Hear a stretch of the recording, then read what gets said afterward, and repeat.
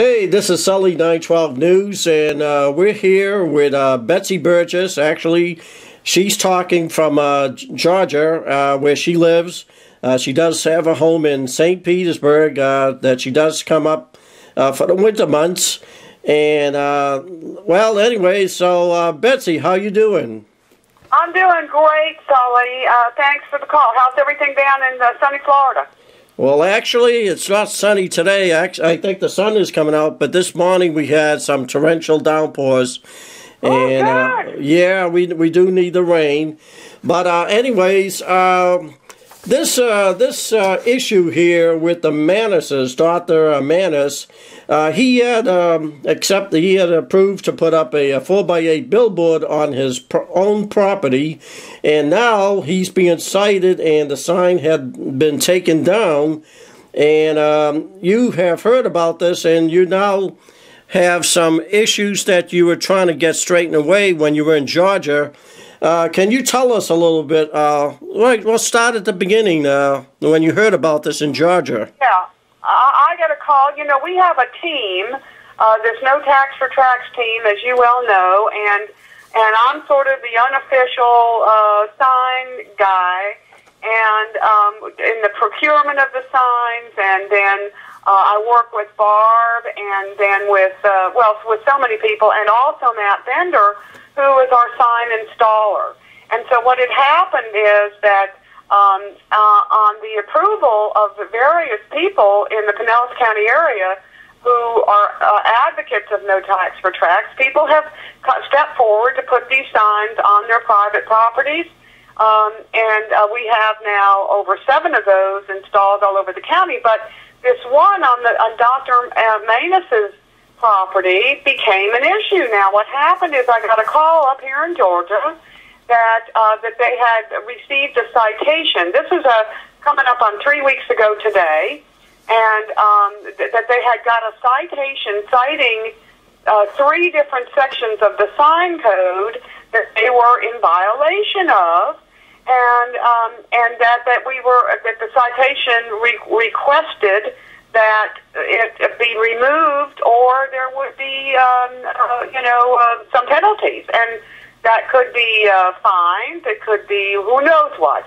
So anyway, the Manuses got a hold of Matt, and then Matt and Barb and I spoke, and we said that look, until we can figure out what's going on here, we're going to remove that. We're going to obey the law. We are law-abiding people. And we will remove that sign. And okay, so you actually took it down, not the city. No. Matt, who is the installer, went out there and he removed the sign. The citation was given on a Friday, 3 weeks ago today, and on Monday, the next Monday, the sign was gone. Oh, okay. Well, for instance, was there? You said there was complaints. Do you know who did the complaint? Well, I don't know if you're aware of this, Sully, but you can make any kind of a code complaint in St. Petersburg anonymously, okay? And they say that on their hotline and all of that. So I have asked who made the complaint, and I was told it was anonymous.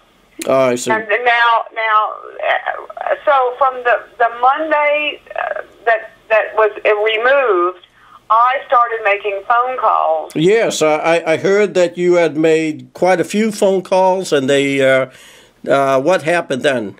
Well, it was typical City Hall stuff, okay? It was typical government red tape stuff. First, you got to track down the guy, I call the main number. First, you track down the guy that made the citation. His name was Everett Mitchell. There are people who are sign code enforcers that have districts within the city. So you got to go to them first. Okay, then, nobody ever answers their phone. They always take a message and call you back if you're lucky. Well, and he leaves a message that says, I'll get back to you within 2 working days. Well, 3 working days went by, and no return from Mr. Mitchell. Well, I finally tracked him down, and he apologized. He totally forgot about me. So anyway, then he refers me on up the line, because in the meantime, what has happened is we have gotten the citation the codes that were cited, and my husband, John, and I, up here in Georgia, downloaded all that stuff and reviewed it line by line by line and said, well, where in the world are we in violation here? So we already knew we were going to protest this, or we were going to find out what it would take for us to get that sign back. Well, so after Mr. Mitchell, then he recommends me back up the line to his supervisors. Well, it turns out that his supervisor, Miss Lee, well, she's not around because she's just in and out all the time, and she never gets back and never gets back. And a week has gone by now. So let me say this then. Did they know that you were in Georgia, calling from Georgia, or were they aware of that? I'm not sure that no, well, I did, yes, and I'll tell you why. Because I kept leaving these messages saying, you're not calling me back. Is it because, you have to call me long distance? Because if that's the case, my St. Pete number is forwarded. So call that number, the 727 number, and we'll get it up here in Georgia. So this was really one of these cases that they must have knew the complainer, and probably were more on their side than your side, if I understand. I said that to them on the phone. I said I'm very suspicious about where this complaint came from, and I said, there is nothing obscene in this sign. There is no foul language.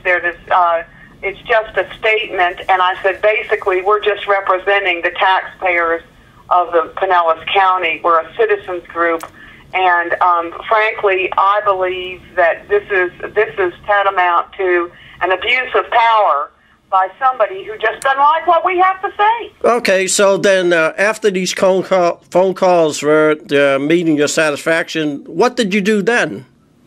All right. Well, like I said, I kept calling and calling and calling, and all I got were answering machines. And so it turned out that I had to be in, and I'm not kidding you. We were in total stall out. Nobody would call me back. So I knew I was headed to Florida because I had it. I come down, even though we live up here through the spring and summer and early fall. I do come down once a month to replenish my inventories and everything, and I had a show on Saturday. So I had about 2.5 days in St. Pete, and on Friday, which was a week ago today, which was the 25th, and this battle had been boiling for 2 weeks already, with getting nowhere, I just walked into the code office, and I said, I'm not going to leave here until I have a permit. Or I have resolved this. Well, and what was their reaction? Did they recognize you when you make their appearance? Yeah. Well, first of all, Miss Lee wasn't there. Okay, she is not there for the day. She's one of these people that don't ever show up. So I went to her supervisor. I asked to see her supervisor, this other fellow that I had been calling, this Corey Maliska, who I had been calling and calling and calling because she hadn't been returning my calls.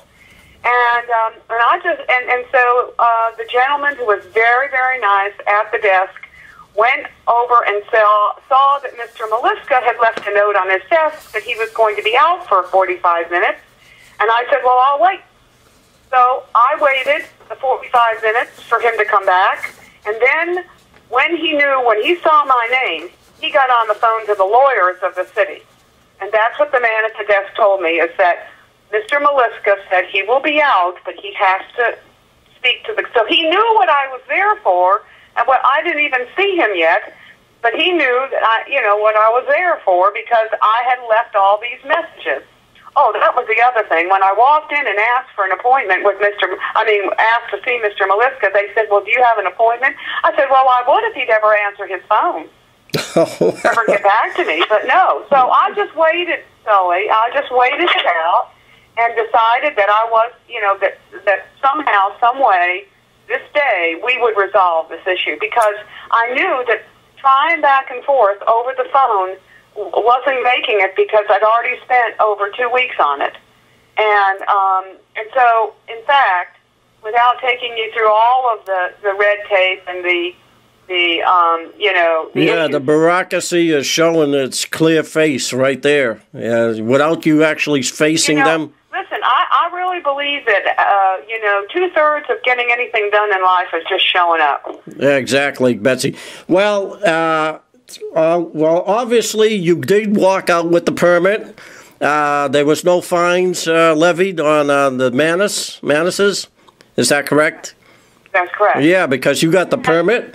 And what I like to end with saying is congratulations that Bob named you June's Honey Badger, a member of the month.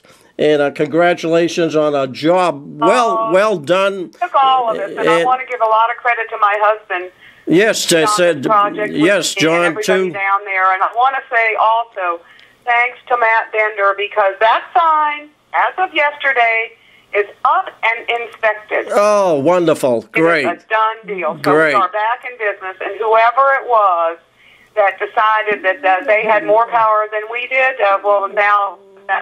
well, justice was served, wasn't it, Betsy? Give up. Yeah. Well, thank you so much, and it's a great story, a great ending, and it's one for freedom. And all we like to say is thank you so much. You were above and beyond what you did for our group, and we hope to have many more stories like this if we have to fight for freedom. Thank you, Betsy. Right. That's Betsi Burgess, all the way from Georgia, and we'll hope to see her soon when she comes back. Okay, that's it from... Bye, everybody. Okay, bye-bye, Betsy. And that's it from Sully 912 News, and we'll see you later.